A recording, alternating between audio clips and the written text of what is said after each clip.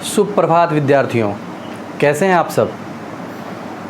तो आज हम पढ़ने वाले हैं ग्रुपिंग ऑफ कैपेसिटर में ही आगे की कुछ चीज़ें। लास्ट टर्म तक हमने ख़त्म किया था सिमेट्री के ज़रिए हम कैसे कैपेसिटर के ग्रुपिंग को इजीली सॉल्व कर सकते हैं, कैसे कॉम्प्लिकेटेड सर्किट को हम इजीली सॉल्व कर सकते हैं। मैंने कुछ क्वेश्चन दिए थे आपको करने के लिए और आप लोगों ने उसको कर भी लिया होगा। ठीक है बच्चों, तो आज हम उसी में थोड़ा सा और आगे बढ़ते हैं। ध्यान से देखिएगा।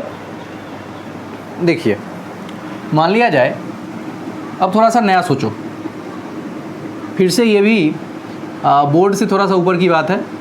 बोर्ड के पॉइंट ऑफ व्यू से उतना इम्पोर्टेंट नहीं है, हाँ कंपटीशन के पॉइंट ऑफ व्यू से बहुत ज़्यादा इंपॉर्टेंट है। मान लिया जाए आपने कुछ कैपेसिटर ऐसे बनाया, ध्यान से समझिएगा, कुछ मैं इसमें नई बातें बताने वाला हूँ। देखो, मान लिया जाए ऐसा करके हमारा कॉम्बिनेशन है, ओके, ये पॉइंट ए, ये पॉइंट बी। अब देखो, आपने इसे पॉजिटिव दिया, आपको देखकर लग रहा होगा सीरीज है ये। इस पर क्या आया? निगेटिव, ठीक है ना, इस पर निगेटिव, इस पर क्या होगा? पॉजिटिव। पहली क्लास को देखो तो आपको मिल जाएगा ये सब, और इस पर गया निगेटिव। ऐसे ही होगा, बिल्कुल ऐसे ही होगा। हमने इसे क्या कर दिया था? बैटरी से जोड़ दिया था, ऐसा कुछ। अब ज़रा सोचो, ये पॉजिटिव, ये निगेटिव, बताओ तो इस पर टोटल चार्ज कितना? 0, और ये कनेक्ट भी नहीं है किसी से। अच्छा, इसका ये वाला जो पोर्शन है, ये वाला, ये तो किसी काम का नहीं है, व्यर्थ चला गया, और यहाँ ये वाला भी व्यर्थ चला गया। तो हम क्या करते हैं, एक कॉम्बिनेशन को नया बनाते हैं और फिर देखते हैं इससे कंपेयर करके कि दोनों में क्या समानता है, क्या दोनों में अंतर है। देखिए ध्यान से, हमने क्या किया, ये एक तो है ही, बीच में केवल एक रखा, और यहाँ पर ये हमने इसको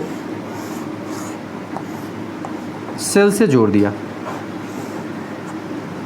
इस पर फिर से क्या गया? प्लस। अच्छा, यहाँ पर माइनस। ये बीच वाला जो प्लेट हमने डाला है, इसके एक सिरे पर माइनस और दूसरे पर प्लस। वाह वाह वाह, मज़ा आ गया। क्या मज़ा आया? फिर से हमारा कैपेसिटर बन गया। यही है, ये देखो, दोनों सेम है, ये दोनों सेम है। ये भी 2 कैपेसिटर, ये भी 2 कैपेसिटर। यहाँ 2 कैपेसिटर बनने में कितने प्लेट लगे थे? 4, और यहाँ पर लगे 3 प्लेट। यानी कि कम प्लेट्स में हमने उतने ही कैपेसिटर बना लिए। तो जब हमें बहुत ज़्यादा कैपेसिटर बनाना पड़ता है तो हम ऐसा ही कुछ करते हैं, बीच वाले कैपेसिटर्स को, बीच वाले प्लेट्स को 2 के बदले 1 रख देते हैं, वो दोनों का काम कर देता है। वैसे भी इस पर नेट चार्ज तो कितना है, देखो, नेट चार्ज 0। भाई जब नेट चार्ज 0 ही है और बाहर से कोई कनेक्शन ही नहीं है तो बीच में 1 ही डाल दो। इधर वाला प्लस इस माइनस की वजह से आ गया, और यहाँ वाला माइनस इस प्लस की वजह से आ गया, और काम इसका हो गया। तो ऐसे में हड़बड़ाइएगा नहीं कि इस प्रकार का 3 ही है तो आप सोचना है कि भाई कितना कैपेसिटर है। हड़बड़ाना नहीं है, हम सोचेंगे कि यार सही तो है, 1 और 2। तो हम इस पर बेस्ड कुछ क्वेश्चंस करने वाले हैं, ठीक है ना, ये बस समझने के लिए था। देखिए, क्वेश्चन में दे रहा हूँ, मान लिया जाए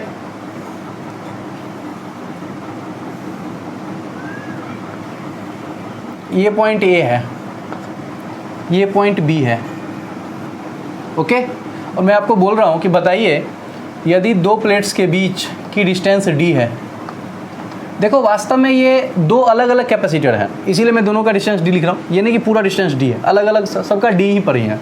जितने प्लेट्स हैं सबके बीच की दूरी कितनी है? डी है।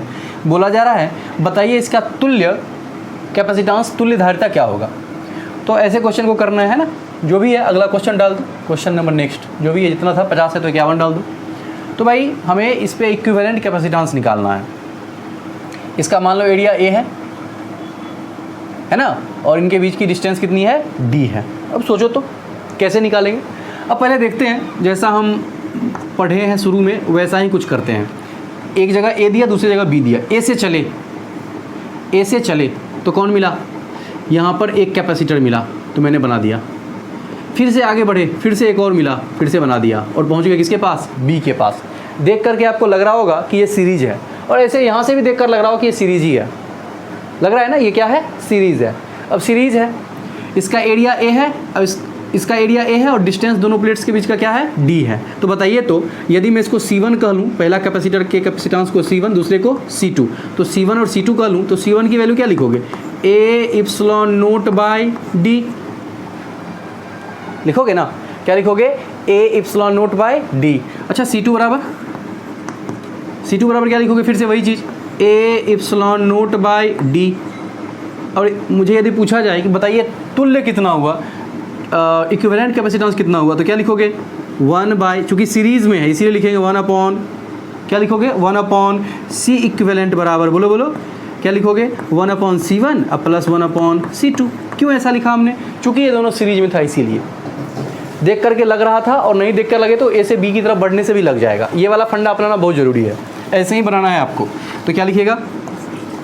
इक्विवेलेंट बराबर 1 अपॉन, देखो C1 की value A epsilon naught by D, A epsilon note और डी ऊपर चला गया, प्लस 1 बाई, फिर से C2 की value A epsilon naught by D, A epsilon note और डी चला गया ऊपर, ठीक है ना? यस। और दोनों को हम क्या करते हैं? जोड़ देते हैं। इसका कोई काम नहीं है, बस ये समझने के लिए था, शायद आप समझ गए होंगे, तो मैं इसे इरेज कर रहा हूँ। देखिए, तो मैं क्या लिखूँगा ध्यान से, 1 अपॉन सी इक्विवेलेंट बराबर डी बाई ए इप्सिलॉन, 2 बार है तो क्या लिखूँगा? 2d by A epsilon note. इसीलिए सी इक्विवेलेंट बराबर क्या आ गया? ए इप्सिलॉन नोट बाई 2d, है ना बच्चों? यस, बड़ा ही आसान सा। तो आपने ये जाना कैसे कैसे ये हुआ, छाप लीजिए इसे।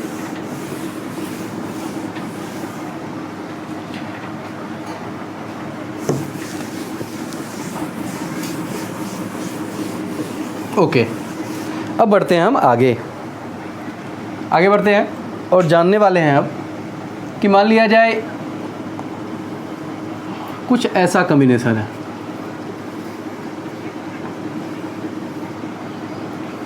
ये पॉइंट ए, ये पॉइंट बी।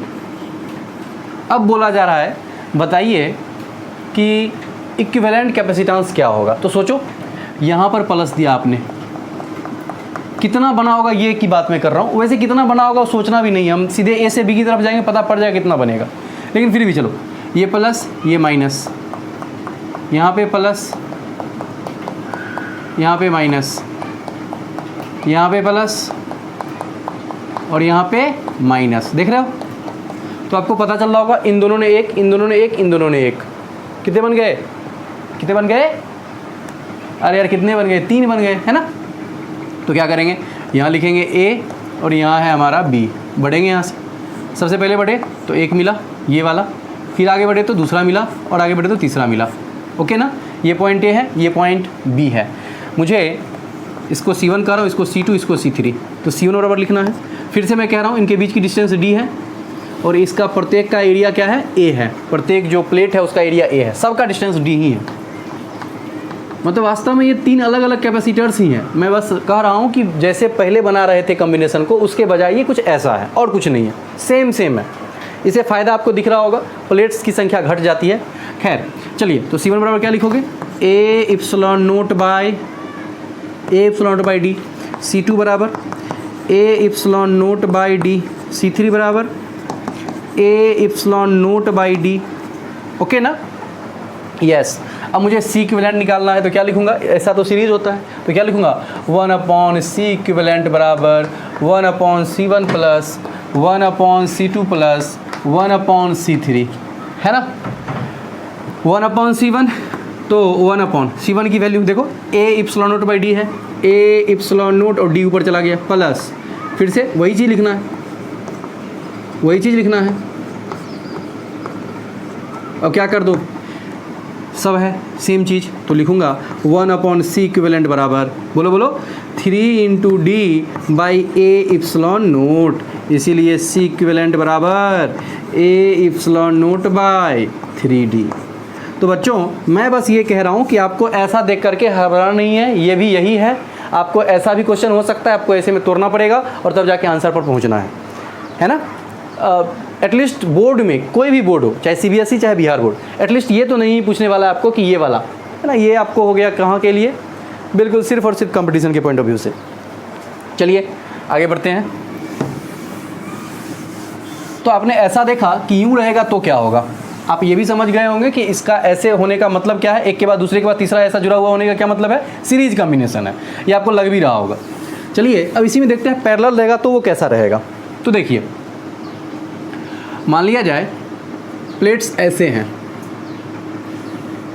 देखो आपको कुछ सोचना नहीं है, बस बेसिक से आगे बढ़ोगे आंसर के पास आप पहुंच ही जाओगे, कोई नहीं रोक सकता है आपको पहुंचने से। कुछ ऐसा कॉम्बिनेशन है,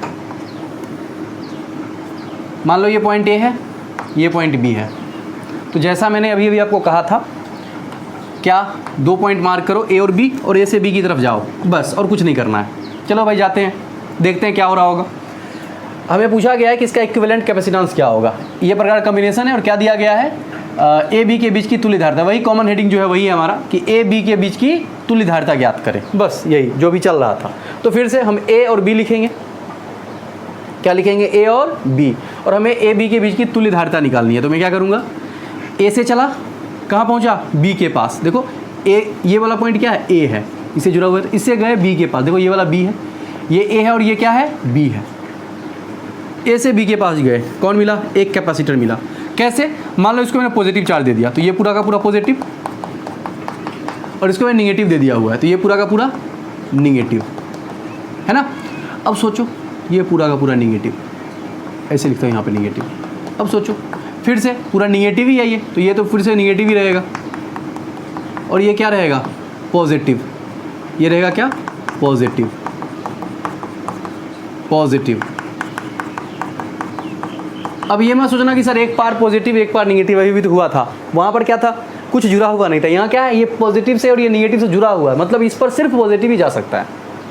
समझ रहे हो ना मेरी बातों को, भाई ये पॉजिटिव से जुड़ा हुआ है तो इस पर निगेटिव कैसे जाएगा, सिर्फ और सिर्फ क्या जाएगा, पॉजिटिव। तो मैंने सिर्फ और सिर्फ पॉजिटिव बना दिया, ये भी तो ये निगेटिव से जुड़ा हुआ है ना, तो निगेटिव, ठीक है निगेटिव है ये। अब सोचिए कुछ ऐसा हो गया हमारा, पॉजिटिव और निगेटिव मैंने बना दिया। अब जरा सोचो, मेरे को जाना है ए से बी की तरफ, ये वाला पॉइंट ए, भाई ए से जुड़ा है तो ये ए, ये भी ए है ना, ये ए, ये भी ए, और ये वाला बी, और ये भी बी। चलो ए से बी गए तो क्या मिला, एक कैपेसिटर मिला। देखो यहाँ प्लस और यहाँ माइनस, एक कैपेसिटर ये मैंने बना दिया, जिसकी धारिता को मैंने C1 कह लिया। ठीक है, आगे फिर से बढ़ते हैं। ए से ही बी गए, देखो बी से ए गए ना, तो बी से ए जाओ, फिर से क्या मिला, एक कैपेसिटर, बी से ए एक कैपेसिटर, फिर से ए से बी, फिर से एक कैपेसिटर, ए बी, इसको C2 मान लो, इसको C3 मान लो, ओके ना। और एज यूजुअल इसका एरिया ए ही है, और इनके बीच की डिस्टेंस क्या है, सब में डी ही है ना। तो क्या लिखूंगा मैं, क्या लिखूंगा, बोलो बोलो, कि C इक्विवेलेंट से पहले मुझे C1 चाहिए, तो C1 पर क्या लिखूंगा, ए epsilon naught by D, C1 के लिए, C2 के लिए भी ए इप्सिलॉन नोट बाई डी, और C3 के लिए भी ए इप्सिलॉन नोट बाई डी। क्यों, सही बात है ना, बिल्कुल सही बात है। तो ए epsilon naught by D, A epsilon naught by D, A epsilon naught by D हो गया। अब सोचिए, मुझे यदि तुल्य धारिता निकालनी है और ये पैरेलल में है, देखकर लग रहा होगा, तो मैं क्या लिखूंगा, Cp बराबर C1 C2 C3। C1 की value A epsilon naught by D plus A epsilon naught by D plus A epsilon naught by D, है ना भाई, यस। तो Cp बराबर क्या हो गया, 3 into A epsilon naught by D हो गया हमारा।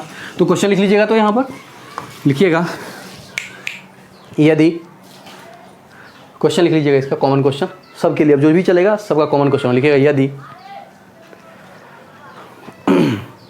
सभी प्लेटों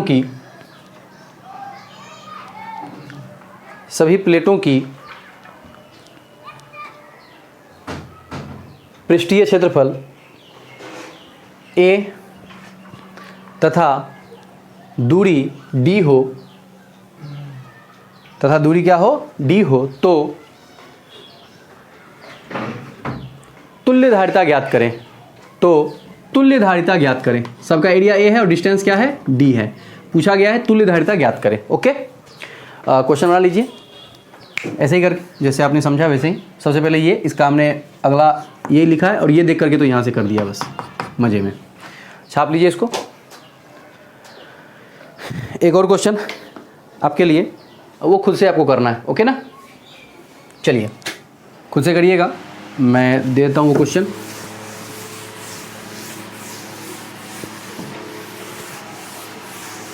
लिखिएगा, दी गई आकृति में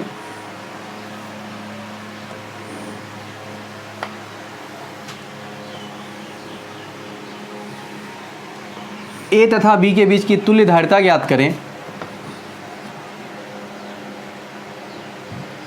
ए तथा बी के बीच की तुल्य धारिता ज्ञात करें यदि प्रत्येक पट्टिकाओं का क्षेत्रफल ए, यदि प्रत्येक पट्टिकाओं का क्षेत्रफल ए तथा पट्टिकाओं के बीच की दूरी d है, तथा पट्टिकाओं के बीच की दूरी d है। Okay, good. ये आपका होमवर्क में रहा, कर लीजिएगा इसको। देखो ये वाला ए बी है ना, इसको पी क्यू भी कर सकते हो, लेकिन आने तो कोई फ़र्क नहीं पड़ता। मैं ए और बी यहाँ ये लिखा हूँ और पट्टिकाओं का क्षेत्रफल ए बोल दिया हूँ कि वो एरिया ए ही लेना है। इस ए बी का तो यूज़ होगा नहीं इक्विवेलेंट में कहीं पर भी, है ना। तो ठीक है, ये क्वेश्चन आपके लिए हो गया होमवर्क में। चलिए अब हम आगे बढ़ते हैं और अब हम जानेंगे कि यदि किसी पैरेलल प्लेट कैपेसिटर के भीतर में एक से ज़्यादा डाइलेक्ट्रिक डाल दिए जाए ना, मल्टीपल डाइलेक्ट्रिक यदि एक किसी भी समांतर पट्टिका संधारित्र के बीच में डाल दिया जाए तो उसकी धारिता पर क्या प्रभाव पड़ता है और क्या होता है, और उस मल्टीपल डाइलेक्ट्रिक के कारण उसका कितना इफेक्ट रहता है उस पर, इस सब के बारे में हम जानने वाले हैं। ठीक है, तो डालिए हेडिंग, मल्टीपल डाइलेक्ट्रिक प्रॉब्लम्स। डाल दीजिए heading, multiple dielectrics problem.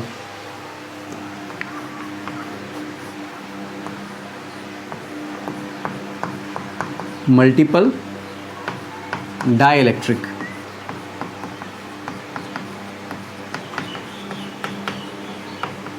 Problem.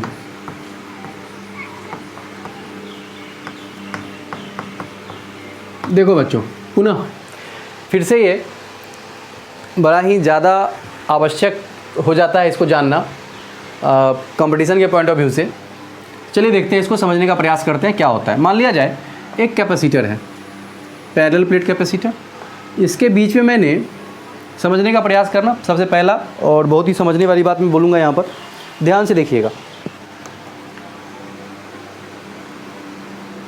ये रहा, देखो ये डायरेक्ट्रिक ये नहीं है, बल्कि यहाँ से यहाँ तक एक और यहाँ से यहाँ तक दूसरा है। मैं बना रहा हूँ तो आपको समझ में आएगा।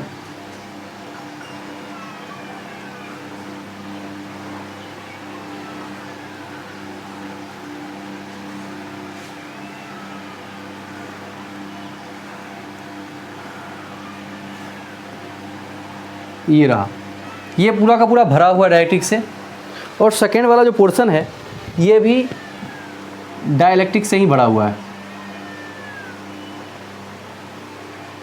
ये पूरा का पूरा ये जो एरिया मैं कवर कर रहा हूँ भरा हुआ है। ध्यान से देखिएगा। चलिए अब देखो, मान लेते हैं कि टोटल डिस्टेंस जो यहाँ से यहाँ तक की है वो d है, पट्टिकाओं का क्षेत्रफल a है। बोला गया है कि बताइए इसका इक्विवेलेंट कैपेसिटेंस क्या होगा जब दो अलग अलग डाइलेक्ट्रिक्स अंदर में डाल दिए जाए। मान लेते हैं जो ये वाला पोर्शन है इसका डाइलेक्ट्रिक कांस्टेंट है K1 और इधर वाले का जो है वो है K2। बच्चों ध्यान से पहला बस समझ लाओ, उसके बाद तो भी मज़ा ही मज़ा है, बस पहला समझना है आपको ध्यान से। चलिए, तो ये K1 है, ये K2 है। बोला गया है बताइए इक्विवेलेंट कैपेसिटेंस इसका क्या होगा। अच्छा भाई, अब सोचो कि ये K1 यदि यहाँ पर पड़ा हुआ है तो इसके कारण से क्या हो गया, इसके कारण ये वाली डिस्टेंस दो भागों में, मतलब सिर्फ K1 के लिए डिस्टेंस कितनी हो गई, आधी, d/2, और K2 के लिए भी d/2, है ना। यस, स्टेप बाय स्टेप समझो, ये भी d/2, ये भी d/2। ओके, अब दोनों के लिए एरिया की बात करते हैं, तो क्या पूरा का पूरा K1 ने ए एरिया को ही कवर किया है? हाँ, यहाँ भी K2 ने भी ए एरिया को कवर किया। ये बहुत जानना जरूरी है, समझना जरूरी है कि एरिया तो K1 और K2 के लिए सेम है, लेकिन डिस्टेंस कितना हो गया, आधा हो गया। बस अब देखो मैं क्या करूँगा, मैं देखूँगा कि भाई यहाँ से चले यहाँ तक पहुँचे तो मुझे क्या मिला, अभी तुरंत मैंने बताया उस पर ध्यान दो। अभी मैंने ऐसा इसीलिए पहले ये बता दिया कि आपको समझ में अच्छे से आए। देखो ऐसा ही कुछ हुआ था ना, और यहाँ भी देखो कुछ ऐसा ही है ना। सिर्फ वहाँ पर डी हुआ करता था, यहाँ पर d/2 है, देख रहे हो d/2 है। तो समझिए ध्यान से, हो क्या रहा है वास्तव में, एक कैपेसिटर तो K1 के कारण बन रहा है, एक कैपेसिटर K1 के कारण बन रहा है, और दूसरा कैपेसिटर बन रहा है किसके कारण, K2 के कारण। यानी कि ये वाला पूरा का पूरा जो कॉम्बिनेशन है वो दो अलग अलग कैपेसिटर्स को बना रहा है। एक की धारिता मैंने C1 कह ली, दूसरे की C2 कह ली, और दोनों सीरीज़ में है। कैसे पता चला, देखो एक के बाद दूसरा, दूसरे के बाद तीसरा लगा हुआ है, मतलब कुछ ऐसा वाला जो अभी आपने पढ़ा है। तो बिल्कुल आप कह सकते हो ये सीरीज़ क्रम में ही है, श्रेणी क्रम में ही है ना। अरे किस क्रम में है, श्रेणी क्रम में। सिंपल सी बात है, श्रेणी क्रम में है। कैसे जाना हमने, तो एक के बाद यूँ, दूसरे के बाद तीसरा। मतलब यदि मुझे ए से बी की तरफ जाना हो, सोचो जरा आप, तो क्या करोगे, ए से आगे बढ़े तो मुझे एक ये मिल गया, उसके बाद दूसरा मिल गया, तब जाके बी के पास पहुँचे हम। ये पॉइंट ए है और ये पॉइंट बी है, समझ रहे होगे, गुड। तो अब मुझे C1 के बारे में चर्चा करनी है कि इसकी धारिता C1 क्या होगी। C1 के बारे में मैं चर्चा कर रहा हूँ। बताओ C1 बराबर फॉर्मूला क्या पढ़े हो अभी तक, A/0/D पढ़े हो। तो एरिया तो सेम है, नो डाउट, मैं भी मानता हूँ एरिया तो पूरा का पूरा सेम ही ले रहा है। ε0 ठीक है, D मतलब इनके बीच की पट्टिकाओं के बीच की दूरी वो कितनी हो गई, d/2। और जानते हो जब माध्यम में डाला जाता है तो उतना गुना हो जाता है। याद करिए जब माध्यम में हमने पढ़ा होगा Cm बराबर एक फॉर्मूला पढ़ा होगा हमने, Cm बराबर क्या पढ़ा है, A/0 εr/d पढ़े हो ना। हाँ, तो εr क्या होता है, परावैद्युतांक, जिसकी वैल्यू यहाँ पर K1 दिया हुआ है। क्या दिया हुआ है, K1। तो मैं क्या लिखूंगा, A/0/d/2, d/2 से ऊपर चला गया और साथ में क्या आ गया, K1। चूँकि ये C1 है, C1 इसका माने हैं हम, तो ये हो गया K1। ओके, ठीक इसी प्रकार C2 के बारे में क्या ख्याल है, तो C2 के बारे में बोलो। फिर से लिखूंगा A/0/d, ये भी देखो d/2 हो रखा है, तो by 2 पर चला गया, और साथ साथ में K2 है ना, K2। अच्छी बात है। अब दोनों के दोनों किस क्रम में है, श्रेणी में कि समांतर में, तो श्रेणी में। और श्रेणी का फॉर्मूला क्या पढ़े हो, 1/C equivalent equals to 1/C1 plus 1/C2। बिना दिमाग लगाए हम सब की वैल्यू पुट करेंगे और आंसर के पास पहुंच जाएंगे। क्या लिखोगे, 1/C1 की वैल्यू, देखो C1 की वैल्यू 2A/0 K1/D, तो 2A/0 K1 और D ऊपर चला गया, प्लस C2 की वैल्यू 2A/0 K2/D, तो 1/2A/0 K2 अब D वाला ऊपर चला गया, है ना बच्चों, गुड डे। क्या करोगे अब, D/2A/0 कॉमन ले लिया, क्या बच गया, 1/K1 प्लस 1/K2, है ना भाई, यस। और फाइनली जब करिएगा तो क्या आ जाएगा, D/2A/0, और ये आ जाएगा एलसीएम इसका K1 K2 ऊपर जाएगा K2 प्लस K1, और ये बंद हो गया। ये है 1/C इक्विवेलेंट की वैल्यू। इसीलिए मुझे चाहिए क्या, मुझे तो चाहिए C इक्विवेलेंट। अरे मुझे क्या चाहिए, C इक्विवेलेंट। 1/C इक्विवेलेंट तो मेरे को नहीं चाहिए, तो मैं सबसे ऊपर लिखता हूँ, क्या लिखूँगा, इसीलिए C इक्विवेलेंट बराबर, बोलो क्या लिखोगे, पलट दोगे इसे तो हो जाएगा 2A/0/D और K1 K2 2A/0/D, मतलब पलटी मार रहे हैं भाई पूरा का पूरा, तो ये ऊपर चला जाएगा, ये नीचे आ जाएगा, और ये ऊपर चल जाएगा, तो हो जाएगा K1 K2/K1 प्लस K2, है ना। हाँ, तो ये हमारा इक्विवेलेंट कैपेसिटेंस हो गया, देख रहे हो, गुड। तो इसको छाप लीजिए अच्छे से, टिप लिया, वेरी गुड। बढ़ते हैं आगे। तो ये तो हो गया श्रेणी क्रम में। अब करते हैं बात हम समांतर क्रम में। क्वेश्चन लिखा था इसका, क्वेश्चन कि भाई दी गई आकृति में, क्वेश्चन क्या है इसका, दी गई आकृति में निकाय की तुल्य धारिता ज्ञात करें, निकाय की तुल्य धारिता ज्ञात करें, निकाय की तुल्य धारिता ज्ञात करें, ठीक है। नेक्स्ट, यही क्वेश्चन सेम रहेगा। ये तो सीरीज़ दिख रहा था आपको, अब मैं आपको दिखाऊंगा कि ये कैसे समांतर क्रम होगा, पैरेलल कैसे होगा। चलिए फिर से लिखिएगा, दी गई आकृति में निकाय की तुल्यधारिता, कॉमन वही क्वेश्चन है। चलो देखो, ये मान लो ऐसा और ये मान लो ऐसा, ध्यान से। अब देखो मैं इसको कुछ डिफरेंट प्रकार से तोड़ता हूँ। ये लो, देखो ये कुछ ऐसा है। अब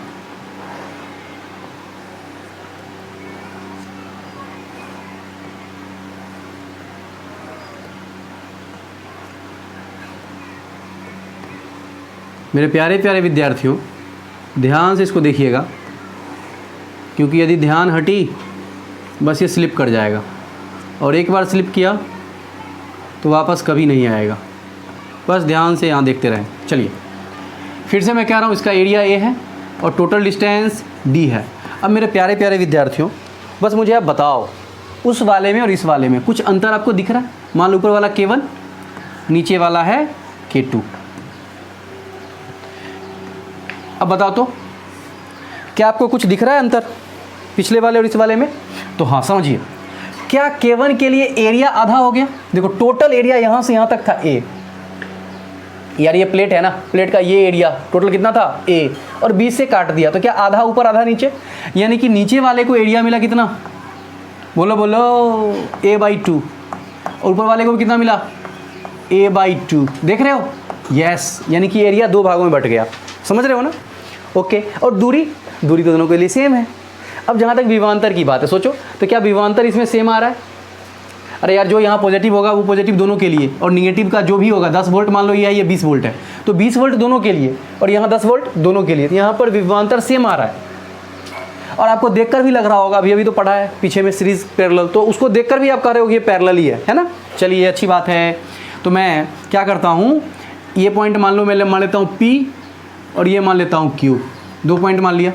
अब मैं P से Q की तरफ जाना चाहूँगा, अपने आप देखो आ जाएगा, सीरीज है कि पैरेलल है। P से Q की तरफ गया तो पहले ऊपर को देख करके गया, अरे इससे यहाँ से गया तो मुझे एक मिल गया, नीचे के हिसाब से गया तब दूसरा मिल गया। देख रहे हो यार, मैं यहाँ से यहाँ गया, फिर से यहाँ से यहाँ गया, दोनों देख रहे हो, P से Q ही जा रहा हूँ दोनों में, तो मुझे पैरेलल क्रम मिल गया C1 और C2, पैरेलल कॉम्बिनेशन मिल गया। अब मैं C1 की बात करता हूँ, पैरेलल है दोनों, C1 बराबर, फॉर्मूला क्या होता है? A, बोलो बोलो, C1 बराबर A epsilon naught by D. अबे कुछ भी होगा तो क्या तुल्यधारिता बराबर A epsilon naught by D होता है? तो A epsilon naught by D, D तो सेम है लेकिन A क्या A/2 हो गया। अरे एरिया कितना हो गया? आधा, तो A की जगह क्या लिख दिया मैंने? A/2 epsilon naught by D. अच्छा C2, उसके बाद साथ साथ में वही वाली बात है, चूंकि ये माध्यम में डाला हुआ है तो माध्यम का परावर्तनांक कितना है? K1, तो K1 यहाँ रहेगा। ठीक, C2 बराबर बोलो, तो लिखोगे फिर से A/2 इप्सिलॉन नॉट बट्टा डी, यार सही है ना? और साथ साथ K2। और मुझे देखकर लग रहा कि ये पैरेलल है, तो C इक्विवेलेंट बराबर क्या लिखूंगा? C1 plus C2। C1 की वैल्यू रख दो, A epsilon not K1/2D plus A epsilon not K2/2D। अब यहाँ से मैं कॉमन ले लूँगा, A epsilon naught by 2D, बच गया सिर्फ और सिर्फ K1 प्लस K2, और यही हमारा हो गया C इक्विवेलेंट। ओके, सही है ना? तो छाप लीजिए इसे। देख रहे हो कैसा क्वेश्चन होता है तब कैसे होता है? बिल्कुल अच्छे से छापिए इसे, समझ करके बढ़िया से। अब देखो यहाँ 2 है, अब समझिए, यदि 3 होता तो क्या करते? यदि मान लो 2 की जगह 3 होता तो क्या करते? C1 C2 और C3 निकालते, तीनों को जोड़ देते। 5 होता तो पाँचों को जोड़ देते, एरिया भी उतना ही भागों में बंटता। अब लेकिन ऐसा नहीं है, अब थोड़ा सा दिमाग लगाते हैं। टेढ़ा मेढ़ा रहता तो क्या होता? मतलब टेढ़ा मेढ़ा का मतलब खूब ज़्यादा टेढ़ा मेढ़ा, तो उस पर हम विचार करें। उससे पहले मैं आप लोगों के लिए 2 क्वेश्चंस दे रहा हूँ जो करना है, होमवर्क। चलो क्वेश्चन नंबर जो भी है,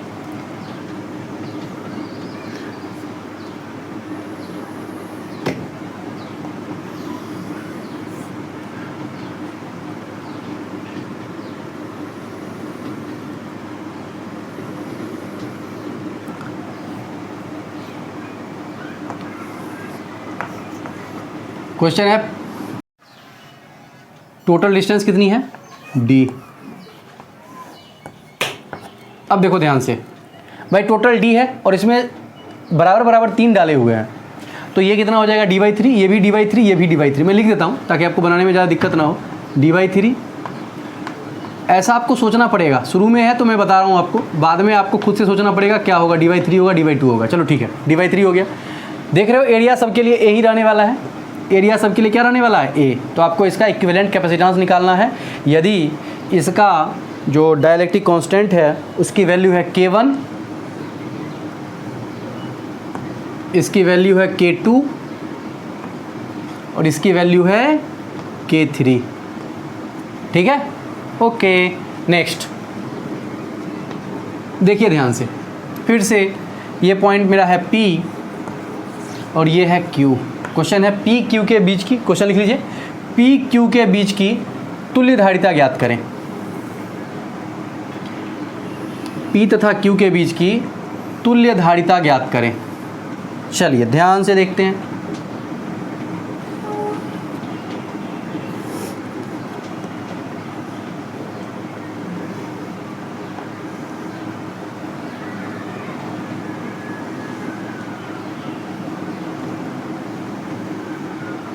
देखिए ध्यान से,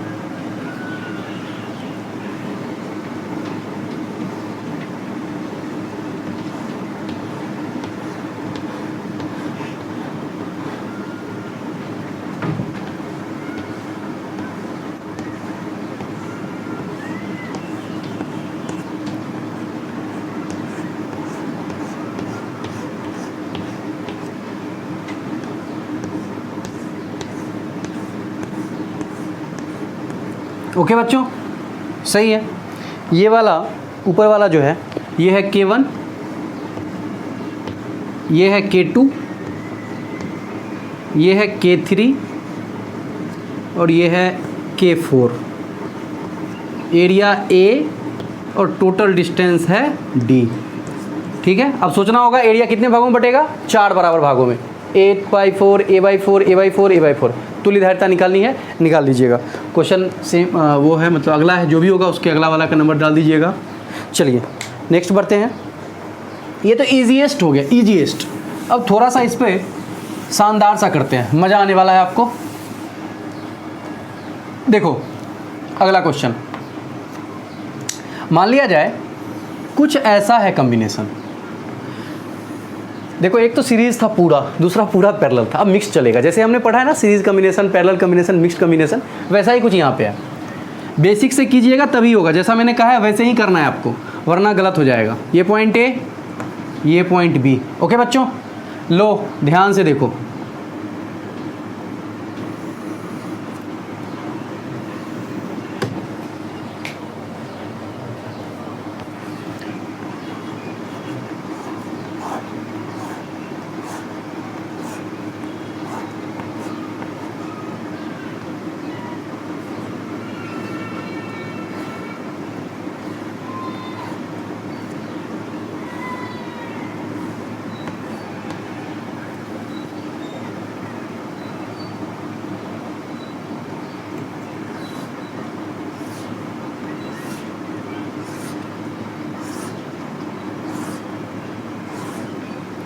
ठीक है। मान लिया जाए ये है K1,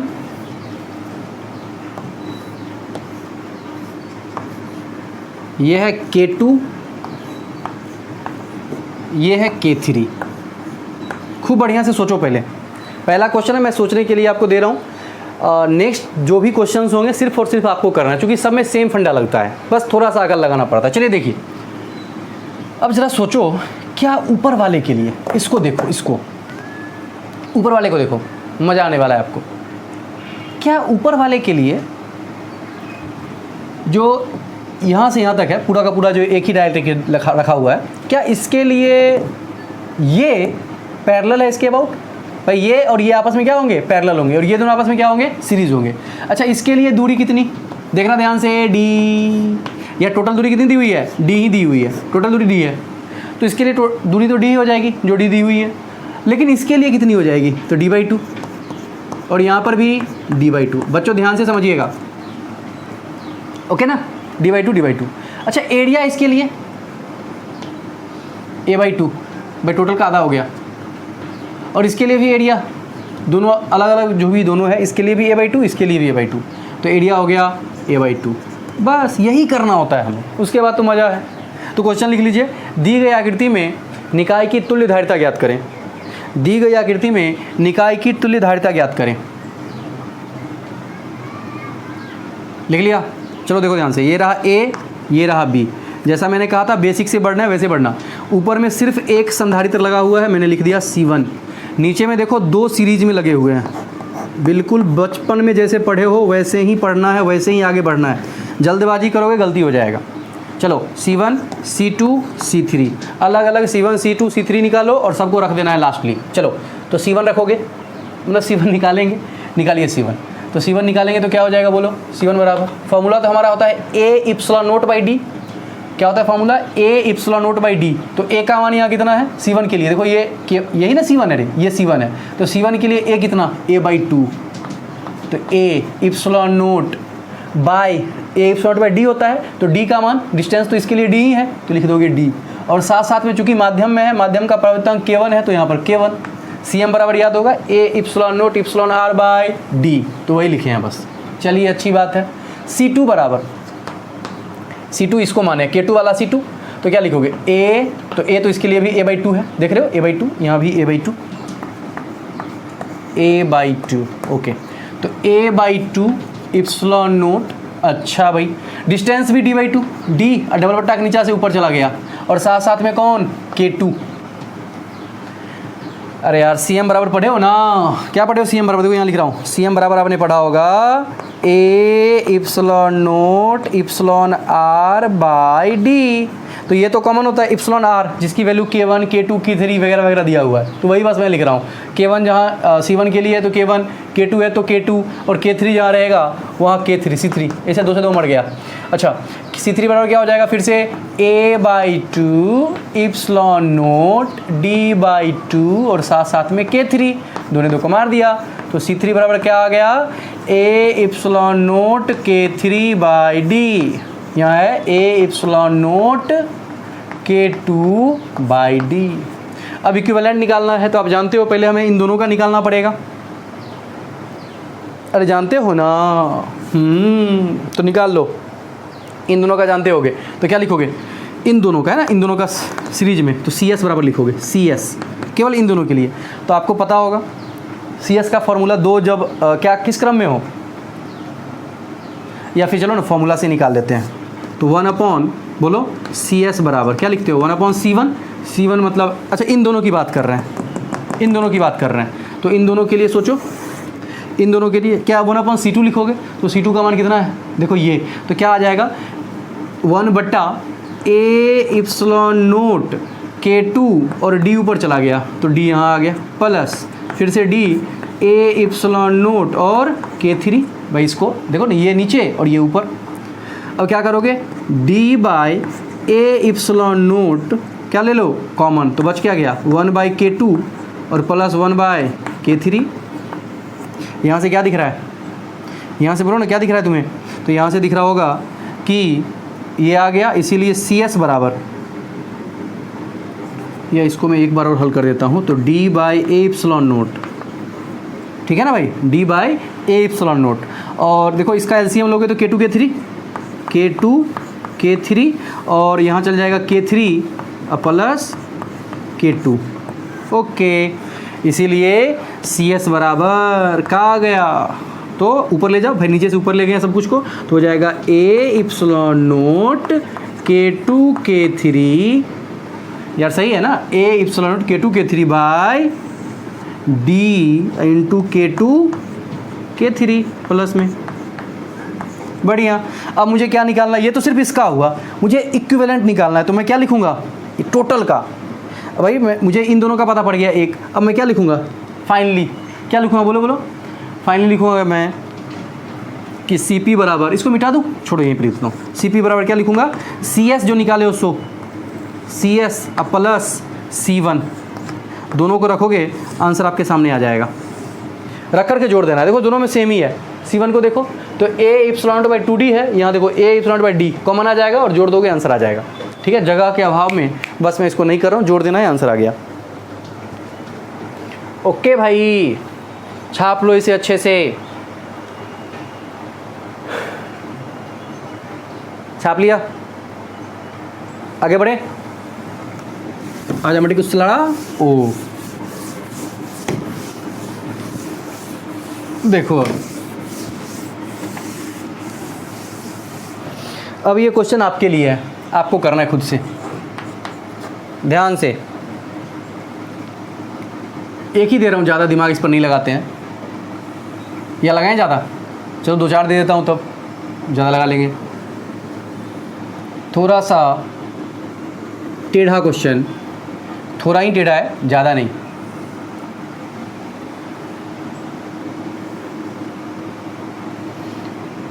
ये है K1, इसका K2, ये K3, ये K4। ओके बच्चों, हमें इक्विवेलेंट कैपेसिटेंस निकालना है। भर देता हूँ मैं।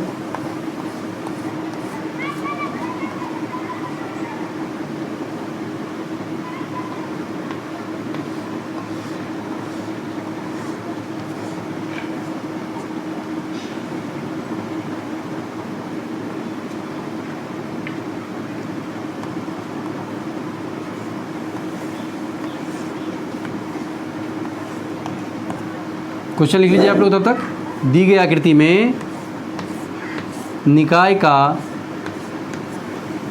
तुल्य धारिता ज्ञात करें। ये पॉइंट ए है, या पी है, और ये पॉइंट क्यू है। Area A, total distance D है। सोचना है आपको किसके लिए क्या लगेगा, खुद से करना है। अगला क्वेश्चन, इस क्वेश्चन पर थोड़ा ज़्यादा दिमाग लगाना, हो सके तो क्वेश्चन को कुछ ज़्यादा ही फील कर लेना, क्योंकि इसमें गलती होने की पूरी संभावनाएं हैं। और इसको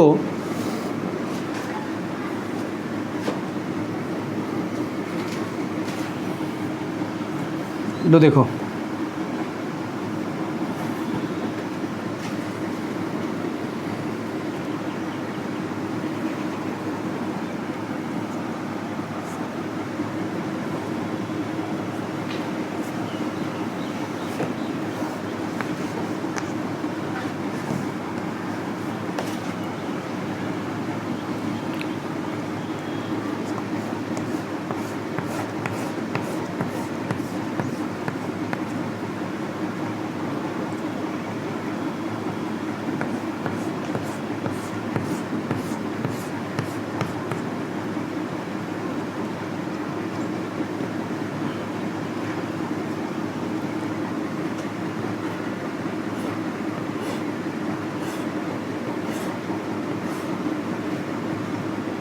चलो ठीक है।